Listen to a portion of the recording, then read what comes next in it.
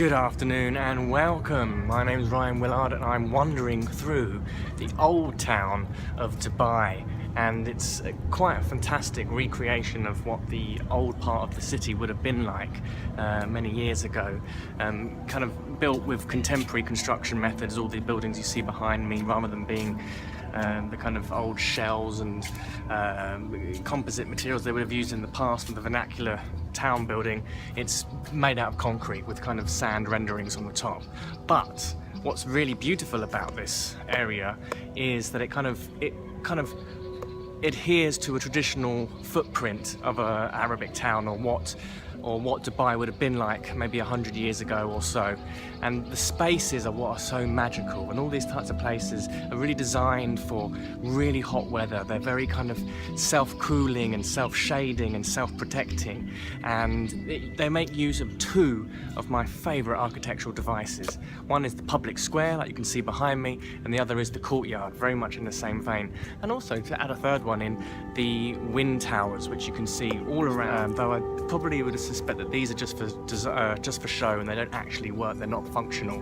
But you can see these gigantic wind towers would have been able to catch the winds that was kind of crossing over the tops of these buildings, and then send the gentle breeze down into the buildings and out, kind of naturally ventilating and cooling all of the places. And the courtyards that we see here, so you've got these big, beautiful public spaces, people sitting around.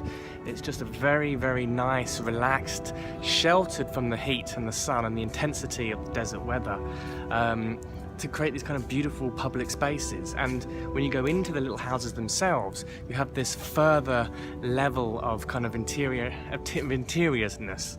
You know, this kind of beautiful sanctuaries, these little courtyard gardens, often having a single tree in the center of them, creating again a very cooling environment. And some of that's, you know, for me, I always find them quite spiritual places. They're very reflexive. They're very, you know, the nature of having a courtyard.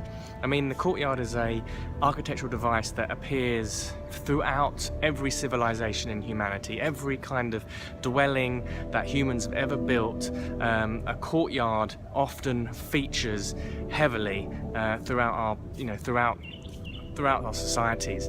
And they become a kind of physical representation of us going inwards, a kind of sanctuary, a kind of inner protection, a contemplative space.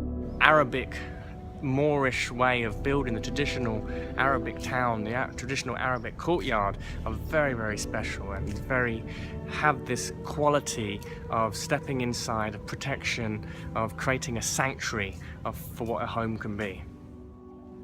And of course, the streets themselves are very narrow.